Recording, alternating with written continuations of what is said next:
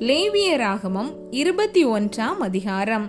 பின்பு கர்த்தர் மோசேயை நோக்கி, ஆரோனின் குமாரராகிய ஆசாரியர்களில் ஒருவனும் தன் ஜனத்தாரில் இறந்து போன யாதொருவருக்காக தங்களை தீட்டுப்படுத்தலாகாதென்று அவர்களோடே சொல்.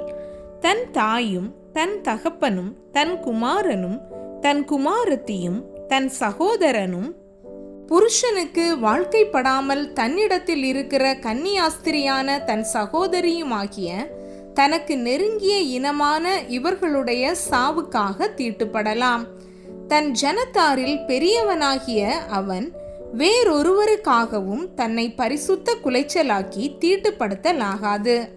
அவர்கள் தங்கள் தலையை மொட்டையடிக்காமலும் தங்கள் தாடியின் ஓரங்களை சிரைத்து போடாமலும் தங்கள் தேகத்தை கீறி கொள்ளாமலும் இருப்பார்களாக.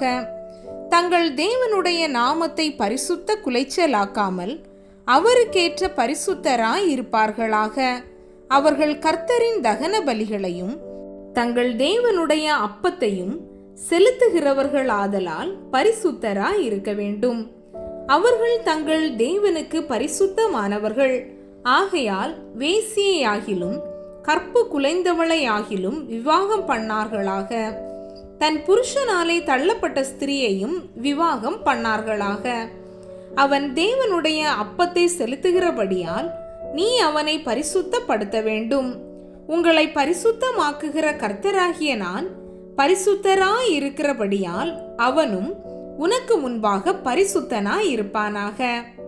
ஆசாரியனுடைய குமாரத்தி வேசித்தனம் பண்ணி தன்னை பரிசுத்த குலைச்சலாக்கினால் அவள் தன் தகப்பனையும் பரிசுத்த குலைச்சலாக்குகிறாள். அவள் அக்கினியிலே சுட்டரிக்கப்பட கடவள். தன் சகோதரருக்குள்ளே பிரதான ஆசாரியனான தன் சிரசில் அபிஷேக தைலம் வார்க்கப்பட்டவனும் அவனுக்குரிய வஸ்திரங்களை தரிக்கும்படி பிரதிஷ்டை பண்ணப்பட்டவனுமாயிருக்கிறவன் எவனோ அவன் தன் பாகையை எடுக்காமலும் தன் வஸ்திரங்களை கிழித்து கொள்ளாமலும் பிரேதம் கிடக்கும் இடத்தில் போகாமலும் தன் தகப்பனுக்காகவும் தன் தாய்க்காகவும் தன்னை தீட்டுப்படுத்தி கொள்ளாமலும் பரிசுத்த ஸ்தலத்தில் இருந்து புறப்படாமலும் தன் தேவனுடைய பரிசுத்த ஸ்தலத்தை பரிசுத்த குலைச்சலாக்காமலும் இருப்பானாக.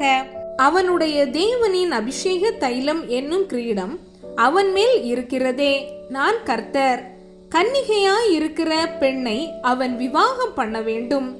விதவையை ஆனாலும் தள்ளப்பட்டவளையானாலும் கற்பு குலைந்தவளையானாலும் வேசியையானாலும் விவாகம் பண்ணாமல் தன் ஜனங்களுக்குள்ளே ஒரு கன்னிகையை விவாகம் பண்ண கடவன்.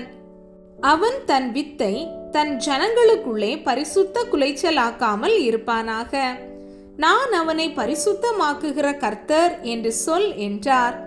பின்னும் கர்த்தர் மோசேயை நோக்கி, நீ ஆரோனோடே சொல்ல வேண்டியது என்னவென்றால், உன் சந்ததியாருக்குள்ளே அங்கவீனம் உள்ளவன் தலைமுறை தோறும் தேவனுடைய அப்பத்தை செலுத்தும்படி சேரலாகாது. அங்கவீனமுள்ள ஒருவனும் அணுகலாகாது.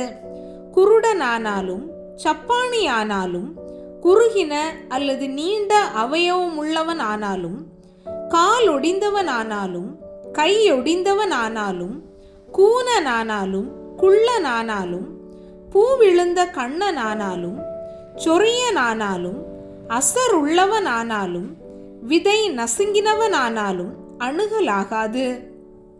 ஆசாரியனாகிய ஆரோனின் சந்ததியாரில் அங்கவீனமுள்ள ஒருவனும் கர்த்தரின் தகன பலிகளை செலுத்த சேரலாகாது. அவன் அங்கவீனம் உள்ளவனாகையால் அவன் தேவனுடைய அப்பத்தை செலுத்த சேரலாகாது.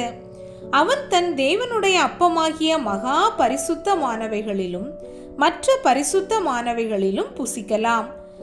ஆனாலும் அவன் அங்கவீனம் உள்ளவனாகையால் அவன் என் பரிசுத்த ஸ்தலங்களை பரிசுத்த குலைச்சலாக்காதபடிக்கு திரைக்குள்ளே போகாமலும் பலிபீட தண்டையில் சேராமலும் இருப்பானாக. நான் அவர்களை பரிசுத்தமாக்குகிற கர்த்தர் என்று சொல் என்றார்.